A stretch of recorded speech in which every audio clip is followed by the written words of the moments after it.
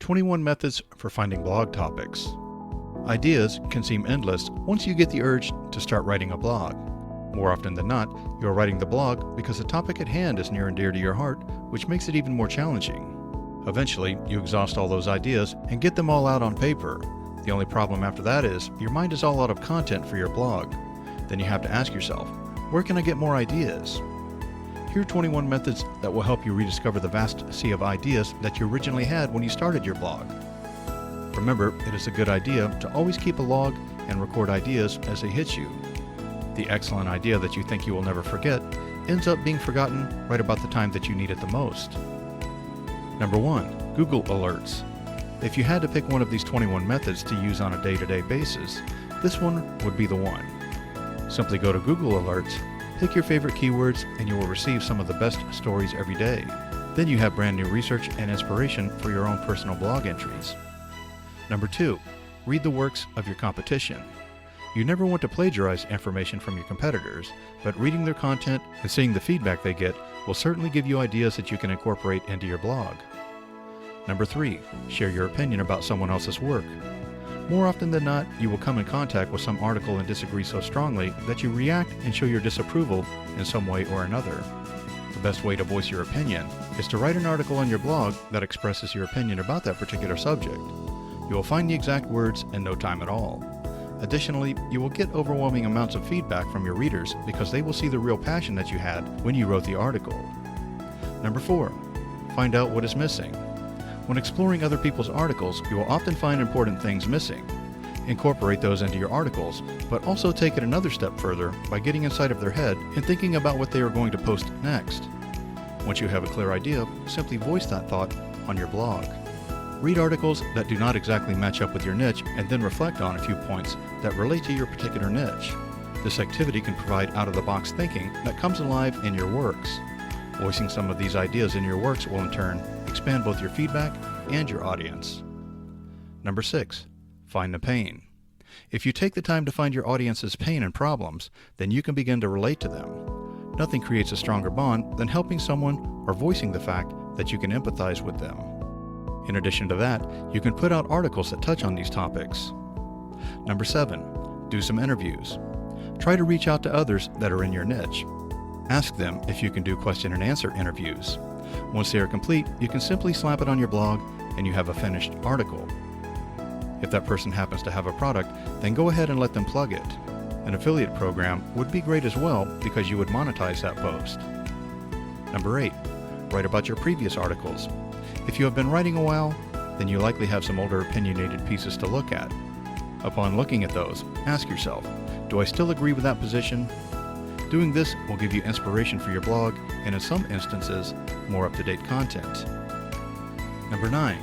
Have you made mistakes in your niche? If you have indeed made mistakes, then you have inspiration for your readers. By sharing any of these possible errors, it makes you more relatable. Also, it can help any of your readers that were having similar problems. Number 10. Don't shy away from comedy. It would be safe to say that virtually everyone loves witty writing. If you have an interesting perspective on your particular niche that is funny, then you should definitely share it with your readers. Odd articles that inspire humor, in many cases, receive the most feedback. Number 11. Don't be afraid to fight. When it comes to just about any topic, there's always at least two opinions that more often than not are opposites. Feel free to voice your opinion if you feel very strongly about a particular topic. These articles tend to get the most feedback because readers want to show which side they are on and why. Number 12. Make a prediction.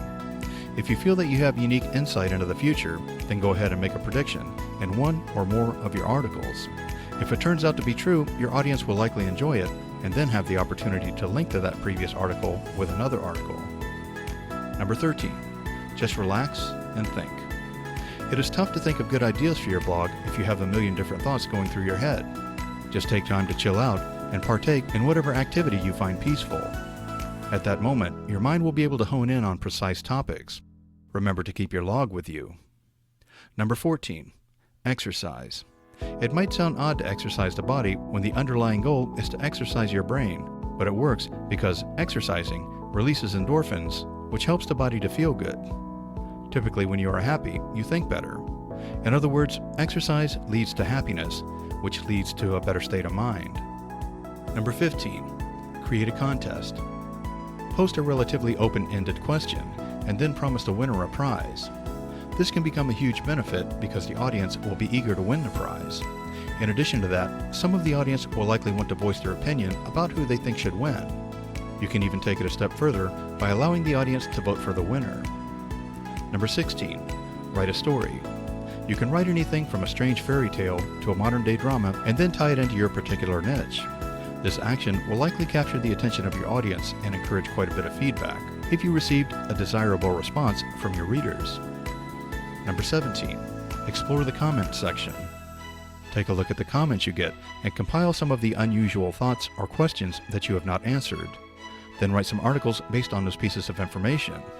This is a win-win because it helps you think of ideas rather quickly, and it pleases the readers that took the time to comment and give their feedback. Number 18, do a product review.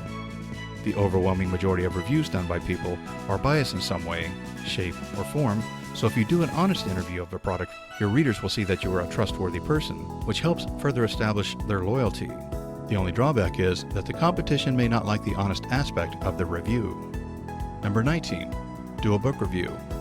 Go ahead and read the most recent books that pertain to your particular niche and write some articles about what you thought. This is extremely helpful if you need to write more content because more often than not, a book will touch upon many topics, which in turn provokes more than one idea. Also, you are likely to receive some feedback from readers that read the book that you're reviewing. Number 20, test your audience. Post an article that is rather out of the norm for you and very inaccurate on facts and see if your audience notices. This will yield some rather interesting responses from your audience. Also, it allows the opportunity to write another article voicing your true feelings on the matter and exposing the previous article for a fake. Number 21, use some guest bloggers. Find some people that you trust and let them do a couple of articles. This is crucial because it allows you to analyze another's work and pull things from it. Also, it adds diversity to your blog, which is very important.